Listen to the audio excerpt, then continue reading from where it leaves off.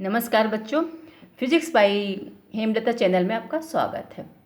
आज अपन देखेंगे ग्राफी विधि से गति के समीकरणों का निगमन। हमने पिछले वीडियो में देखा था कि गणितीय विधि से अपन गति के समीकरणों का निगमन कैसे करते हैं। आज देखेंगे ग्राफी विधि से गति का समीकरणों निगमन। तो ग्राफी विधि से गति का समीकरण को निकालने के लिए अपन को क्या लेना पड़ता है? वेग समय ग्राफ लेना पड़ता है। कौन सा ग्राफ लेना पड़ता है? वेग समय ग्राफ। और वेग समय ग्राफ को का वीडियो भी मैंने आपको उपलब्ध करा दिया है। आप मेरे अगर जिन्होंने नहीं देखा है वो मेरे चैनल को सब्सक्राइब कर ले, उनको सारे वीडियो मिल जाएंगे। तो चलते हैं वेग समय ग्राफ में। तो वेग समय ग्राफ ये यहाँ पर दिख रहा है आपको। किसी क्षण क्या है? जीरो समय है। ठीक है, जीरो समय में वस्तु का वेग क्या है? यू है। देखिए यू पर दिखा रहे हैं हम, ए बिंदु पर यू है, यहाँ पर ए पर वस्तु का वेग, यानी जीरो समय में वस्तु का वेग यू है। ठीक है, ठीक है।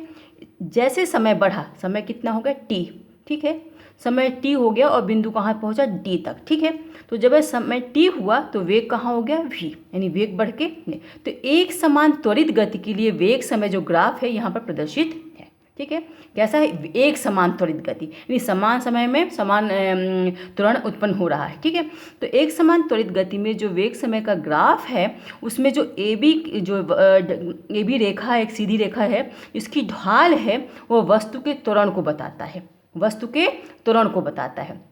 तो चलिए यहाँ पर देखिए, जो वस्तु क्या थी, वस्तु में समय जीरो था तो वस्तु ए स्थिति में आई। मान लीजिए जैसे जीरो से थोड़ा समय बढ़ा तो वस्तु यहाँ पहुँची, जैसे थोड़ा सा और बढ़ा तो यहाँ पे पहुँची, और ऐसे बढ़ते बढ़ते जब टी समय में पहुँची तो वस्तु कहाँ पहुँच गई? बी बिंदु पर पहुँच गई। और इसके बीच जो ग्राफ मिला वो ए बी मिला। ठीक है, और इसका ढाल देखिए, ढाल वो समय अक्ष की ओर झुका हुआ है, तो यह ढाल जो है वो वस्तु के त्वरण को बताता है। तो चलिए, यानी त्वरण ए बराबर क्या हो गया यहाँ पर से इस ढाल से देखें तो ए बराबर होगा ए टेन थीटा, यानी ए बी रेखा की ढाल। ठीक है, चलिए अब हम इस समीकरण इस फिगर में या इस चित्र में देखते हैं। तो टेन थीटा बराबर क्या होगा? टेन थीटा बराबर, इस वन में देखिए हमने यहाँ पर इसको ऐसे मिला लिया है। तो इस ग्राफ में अपन देखें, यहाँ से इसको जोड़ दिया है, इधर से इधर जोड़ दिया है। तो इस ग्राफ में देखिए टेन थीटा बराबर क्या होता है? लंब बटे आधार होता है। तो चलिए, तो ए बराबर हो जाएगा, टेन थीटा का मान लंब क्या है यहाँ पर? बी सी है। हमने लंब क्या माना? ये बी सी, और आधार क्या होगा? ए सी। तो बी सी बटे ए सी। ठीक है, अब यहाँ पर इस फिगर में ही देखिए आप कि बी सी लंब हो गया और ये आधार हो गया। चूँकि यहाँ से यहाँ तक का वस्तु का वेग क्या है? यू है। ठीक है, और यहाँ से जैसे हम यहाँ से यहाँ तक पहुँच गए तो वस्तु का वेग क्या होगा? v हो गया। समय कितना हो गया? t हो गया। तो जब ये यानी यहाँ इस फिगर में देखिए कि बी सी बराबर बी डी बराबर क्या है? ओ ई के, है कि नहीं? बी डी बराबर क्या हो? ओ ई होगा।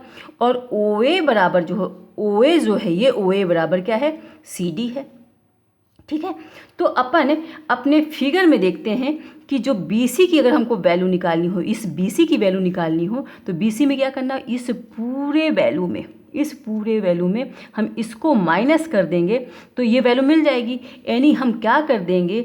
BC बराबर क्या कर सकते हैं? BC बराबर लिख सकते हैं, यानी BD माइनस CD। ठीक है, लिख सकते हैं। तो अपन यहाँ पर BC की जगह हम क्या लिख देंगे कि BC बराबर लिख देंगे BD माइनस CD। और AC देखिए, AC क्या है? AC यहाँ से यहाँ तक AC है। तो AC यहाँ पर देखिए फिगर में AC बराबर क्या है? OD है। फिगर से समझ आ रहा है, AC बराबर OD है। और OD बराबर क्या है? T समय, यानी जीरो से T तक यहाँ पहुँच जाता है समय।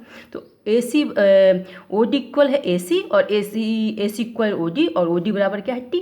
तो हम AC के जगह में क्या लिख सकते हैं? OD लिख सकते हैं, या इसकी वैल्यू लिख सकते हैं। वैल्यू लिखिए तो BD, यहाँ पर पहले BD की लिख देते हैं। तो BD क्या है? V, और CD क्या है? U। ठीक है, CD क्या है? U। तो V माइनस U बटे T आ गया। तो अपन को क्या मिल गया? A बराबर मिल गया V माइनस U बटे T। इसको क्रॉस मल्टीप्लाई किया तो AT बराबर क्या हो जाएगा? V minus U। ठीक है, या इसका पक्षांतर करें। ठीक है, U को इधर ले जा लेते हैं, या तो ठीक है, तो चलिए अपन क्या कर देते हैं?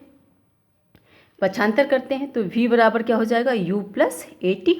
इस V को हमने कहाँ लिया? इस साइड लिया, पक्षांतर कर दिया। तो ये गति का प्रथम समीकरण मिल गया कि नहीं मिल गया? देखिए इस प्रकार अपन ने गति का प्रथम समीकरण प्राप्त कर लिया। ठीक है, तो गति का समीकरण कैसे प्राप्त किया, ए बी ढाल से। हालांकि जो वेग समय ग्राफ है, एक समान त्वरित गति में वेग समय ग्राफ का जो ए बी ढाल मिला, उस ढाल को लेके हमने क्या किया, उस ढाल को लिया और उसमें ए से सी को मिला दिया, ई को भी मिला, तो इस ढाल से हमने प्रथम समीकरण निकाल लिया। ठीक है, वेग समय ग्राफ आपको बच्चों आना चाहिए, तभी अपन ग्राफिक विधि से गति के समीकरणों का निगमन कर सकते हैं। चलिए अब द्वितीय विधि चलते हैं, द्वितीय समीकरण निकालते हैं। द्वितीय समीकरण क्या होता है, यस बराबर होता है U T plus half A T square होता है, इसका निगमन करेंगे अपन। चलिए कैसे करेंगे, द्वितीय समीकरण के लिए क्या करेंगे, जो यह ग्राफ दिख रहा है, यानी इसमें देखिए चित्र में ए बी डी ओ, ए से घिरा जो क्षेत्रफल है वह टी सेकंड में चली गई दूरी को व्यक्त करता है। हमारे चित्र में टी सेकंड में जो चली गई दूरी होती है वो क्या होगी, इसमें देखिए ए बी डी ओ ए द्वारा घिरा जो क्षेत्रफल होगा वह चली गई दूरी के बराबर होगा। वस्तु द्वारा टी समय में चली गई दूरी अगर यस है, हमने क्या माना दूरी यस है, तो अपन क्या करेंगे, इस पूरे क्षेत्रफल से इस ए बी डी ओ ए के जो समलंब चतुर्भुज से घिरे क्षेत्रफल के बराबर होगा। ठीक है, यहाँ पर अपन क्या ज्ञात करें, एक बात और ध्यान दीजिए बच्चे, कि यहाँ पर अपन क्या ज्ञात कर रहे हैं, गति का समीकरण निकाल रहे हैं। तो गति का समीकरण क्या होता है, वह प्रारंभिक वेग u, वस्तु के प्रारंभिक वेग u, अंतिम वेग v, समय t, त्वरण a और चली गई दूरी में संबंध बताता है। ठीक है, तो हमने तो पहला समीकरण निकाल लिया, अब द्वितीय समीकरण निकालने जा रहे हैं। तो द्वितीय समीकरण के लिए क्या करेंगे कि इस चित्र में, इस फिगर में जो ग्राफ है, तो उसमें ए बी डी ओ ए द्वारा घिरा जो क्षेत्रफल है वह वस्तु द्वारा टी सेकंड में चली गई दूरी को व्यक्त करता है। क्यों करता है व्यक्ति, देखिए क्या होता है, दूरी बराबर चली गई दूरी बराबर क्या होता है, दूरी चली गई दूरी बराबर क्या होता है, देखिए दूरी बराबर होता है वेग इंटू समय, होता है कि नहीं होता है, वेग इंटू समय होता है, चली गई दूरी बराबर। ठीक है, ये चली गई दूरी ऐसा हमने यहाँ पर माना है। तो इसमें क्या है, समय देखिए यहाँ तक है और चली गई दूरी यहाँ तक है, तो हमने इसका पूरा योग कर लिया है। ठीक है, वेग इंटू समय का हमने छोटे से अंतराल के लिए अगर निकालेंगे तो डी टी इंटू डी, मान लो छोटा सा अंतराल चलता है तो वेग मान लो तो डी वी है और समय क्या है डी टी है, तब अपन इसका पूरा कर लेते हैं। अब ये पूरा समय है तो इसका क्या करना है, जितना समय हो जितनी वेग है उसका गुणा करना है, तो पूरा क्षेत्रफल मिलेगा अपन को।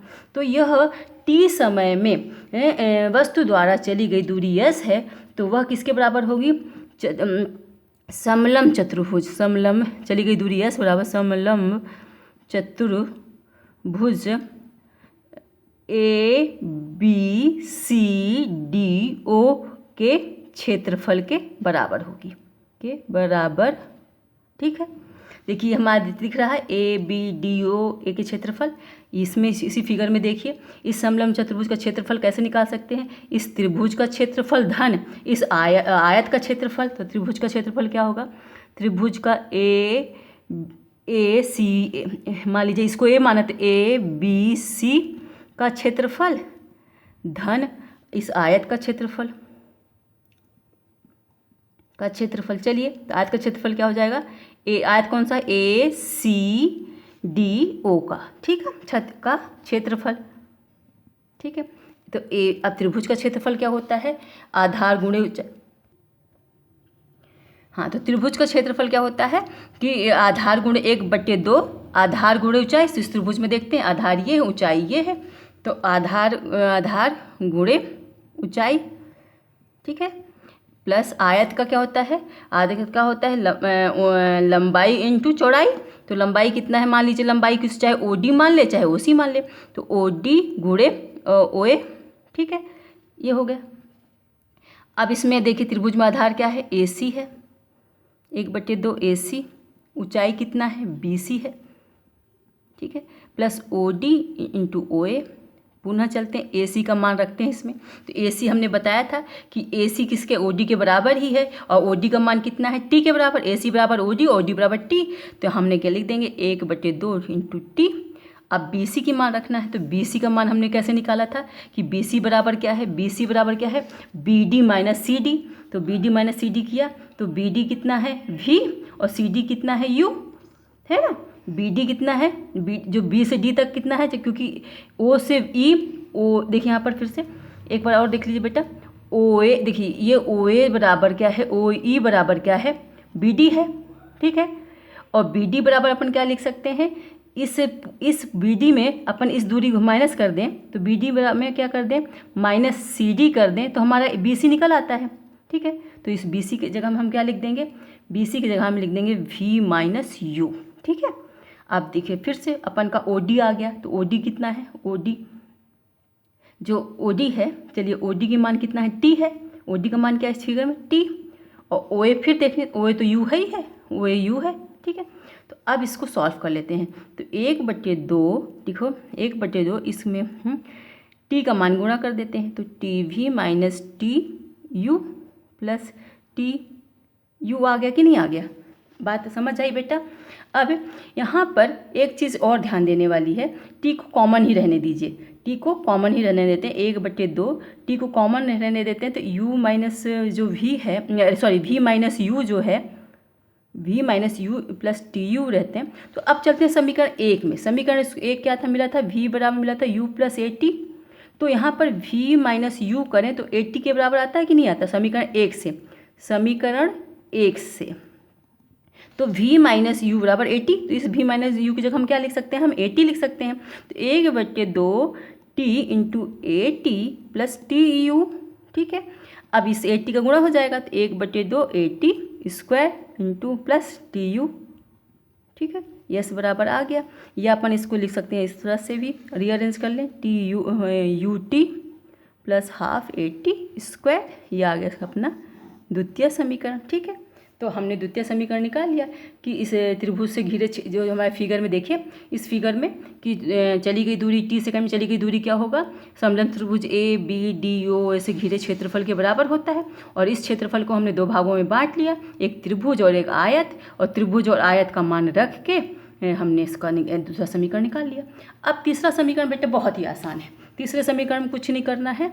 इसमें दूसरे समीकरण में जो पहला समीकरण था v बराबर u प्लस ए टी, इसमें अगर पक्षांतर किए तो v माइनस यू बराबर 80 आया था, इससे अपन t का मान रख देंगे। तो t बराबर क्या होगा, v माइनस यू बराबर a इक्वल टू टी, पहले समीकरण से, समीकरण 1 से t का मान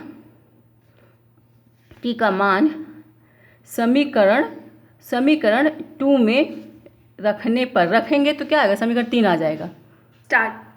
इस प्रकार अपन क्या करेंगे, समीकरण 1 से t का मान समीकरण 2 में रखने पर रख देंगे तो तीसरा समीकरण मिल जाएगा। चलिए रखते हैं। तो यस बराबर क्या u है, t की जगह में हम क्या लिख देंगे, v माइनस यू बटे ए, ठीक है। इस प्रकार 1/2 ए टी स्क्वायर की जगह हम क्या लिख देंगे, v माइनस यू बटे ए का होल स्क्वायर। अब देखिए u हो गया, यहाँ हो गया v माइनस यू बटे ए, ठीक है। अब इसमें देखिए 1/2 ए वी माइनस यू का होल स्क्वायर बटे ए स्क्वायर हो सकता है, ए स्क्वायर से एक कैंसिल हो गया। अब क्या बचा, यू वी इसको मल्टीप्लाई कर दें, U V minus U square बटे ए, और इसमें क्या कर देते हैं 1/2 ए, और ये क्या है a माइनस, यहाँ पर इसको v माइनस यू का होल स्क्वायर को हम a माइनस बी के होल स्क्वायर से खोल देंगे। a स्क्वायर, इसका a माइनस बी का होल स्क्वायर क्या होता है, a square plus B square minus 2ab होता है। यहाँ a बराबर अपन अगर v मान लें और b बराबर u मान लें, तब इस फार्मूले से इसको खोलेंगे तो क्या हो जाएगा, v square plus you square minus 2uv, ठीक है। अब अपन देखते हैं यहाँ पर 2 है, इसमें 2 नहीं है, तो 2 का इसमें ऊपर नीचे मल्टीप्लाई कर देते हैं, इसलिए डिनोमिनेटर सेम हो जाएगा। तो चलिए अपन कर देते हैं, तो 2uv minus 2u square v square you square minus 2uv बटे 2a। अब सब में 2 वे हो गया, से सब में डिनोमिनेटर सेम हो गया। हमने 2 का क्या है ऊपर नीचे इसमें मल्टीप्लाई कर लिया तो ये सेम हो गया। अब इसमें देखिए प्लस 2uv और माइनस 2uv कैंसिल हो गया, और ये माइनस 2u स्क्वायर से एक स्क्वायर हो जाएगा। तो चलिए इसका कटेगा तो इससे क्या होगा, घटेगा, ये प्लस माइनस होगा, तो minus U square plus V square अपन 2a आ गया, यानी s बराबर इतना आ गया। अब यहाँ पर देखिए अब इसको क्रॉस मल्टीप्लाई हमने किया तो ये हो जाएगा 2as बराबर हो जाएगा -u² प्लस v² पक्षांतर कर दीजिए तो v² बराबर क्या आ जाएगा, इधर आ जाएगा ये तो u² प्लस 2as हो गया। ठीक है, यह गति का तृतीय समीकरण हमको इस प्रकार प्राप्त हो गया। तो इस प्रकार हमने क्या किया कि दूसरे समीकरण में हमने t का मान समीकरण 1 से रख दिया, इस प्रकार हमको तृतीय समीकरण मिल गया। तो अब आशा करते हैं बेटा आपको समझ आया होगा सारा वीडियो, मैंने बहुत सरल तरीके से बताया है। आपको अगर इसका नोट्स बनाना है तो लीजिए, हम इसको हटा दिए, यहाँ तो हमने समझाया है, आप इस स्क्रीनशॉट ले लीजिए जिससे आपका नोट्स बन जाए। लीजिए, ले लीजिए बच्चों स्क्रीनशॉट्स, क्योंकि बच्चों चैनल को सब्सक्राइब ज़रूर कर लीजिए जिससे आपको लगातार वीडियो मिले, और लगातार वीडियो मिलते हैं तो आपको समझ भी आता है। एक लगातार अगर आप क्रम से देखते हैं तो हमको सारी चीज़ समझ आती है, अगर क्रम से नहीं देखते हैं तो समझ नहीं आता है। इसलिए चैनल को सब्सक्राइब कर लीजिए, चैनल को सब्सक्राइब करना बिल्कुल फ्री होता है। और अगर कोई दिक्कत है हमारे वीडियो में या कोई समस्या आती है तो आप कमेंट सेक्शन में ज़रूर लिखिए, हम उसका निदान ज़रूर करेंगे। ये देखिए बेटा, चलिए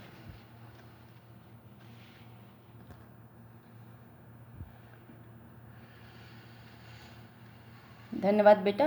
चैनल को सब्सक्राइब करना ना भूलें जिससे आपको लगातार वीडियो मिलते रहें। धन्यवाद।